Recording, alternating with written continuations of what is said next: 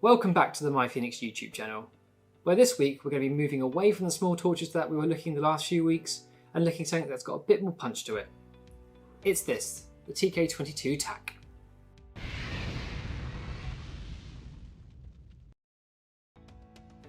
In the past we've looked at other tactical style lights, including the TK20 V2. That light had the 2-button tail cap, 5000 mAh battery and a compact head.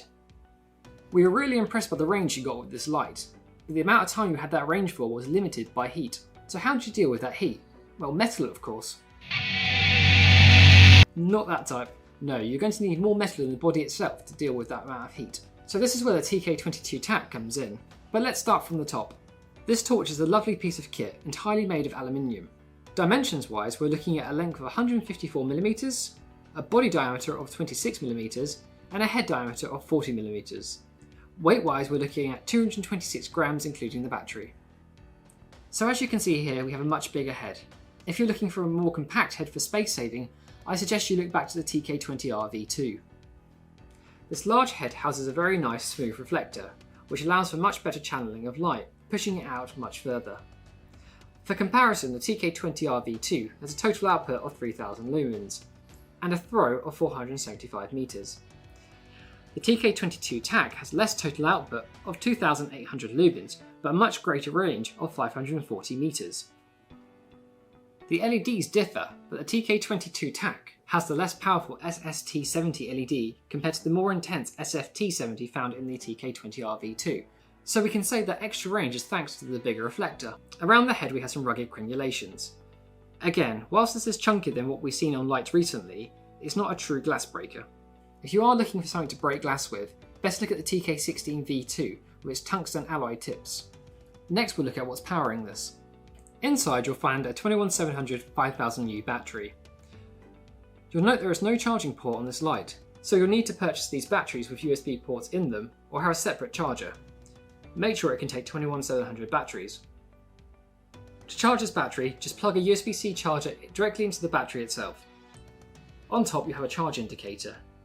Red means it's charging and green will mean it's charged. Next we'll look at the tail switch. This is what gives it the TAC designation on it, and we can also see this on the PD36 TAC as well as the TK11 TAC. The design has two main elements, the button and the rotary selector here. On the selector you have these three symbols, the lock, the directional symbol and the loop symbol. The directional symbol is the tactical mode. It is one light level, turbo of 2800 lumens. This works with momentary with a half press held, or with a full press to have the light on fully. And if you hold a full press it will strobe. The loop symbol is your duty mode, and this will give you access to the multiple light levels. Again you can do momentary with a half press, and a full activation with a full press. With the light on, half presses will cycle through the light levels. We have 4 of these. Eco is 30 lumens, low 150, medium 350 and high 1000. If we also hold down the button in duty mode, we get the strobe mode as well. You can expect about 49 hours in eco mode, 18 hours on low, 8 hours on the medium and 4 hours on the high. The turbo on tactical mode and the high on duty mode will be affected by heating regulation. These will drop in output until they reach their designated runtime. Medium, low and eco will give you much more consistent outputs during their runtimes. With the tail button, you'll note it doesn't have the same clicky sound or the same feel as some of the other rubber torch lights in the Fenix range. This is purposely there in order to reduce any unnecessary sound in order to keep everything as tactical as possible. The final symbol is the lock symbol. This prevents the light being turned on accidentally, as well as if the light is switched on, stops it being turned off. Our last exterior feature is the body clip.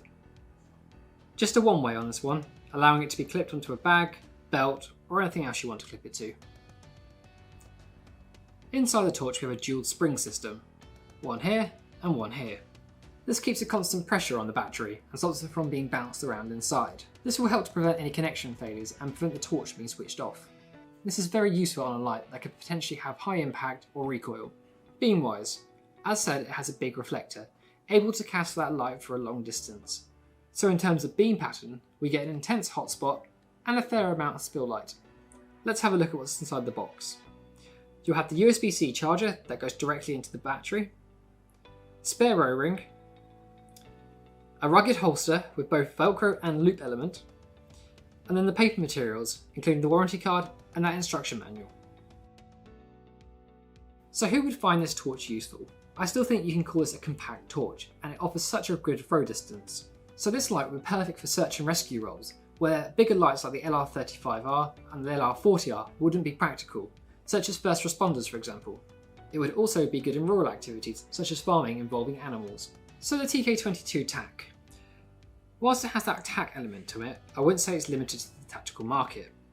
It is a robustly built light for practical uses, with such a good range thanks to that deep reflector. The tail switch does take a little getting used to, but I really like the physical lockout setting with this light. It means it's quickly ready to use without having to take it out of lockout or re-screw the tail cap back on. What do you think of the TK22 TAC? Let us know in the comments. Thanks for watching, don't forget to like this video and subscribe to the channel so you can see our upcoming videos. We'll see you next time.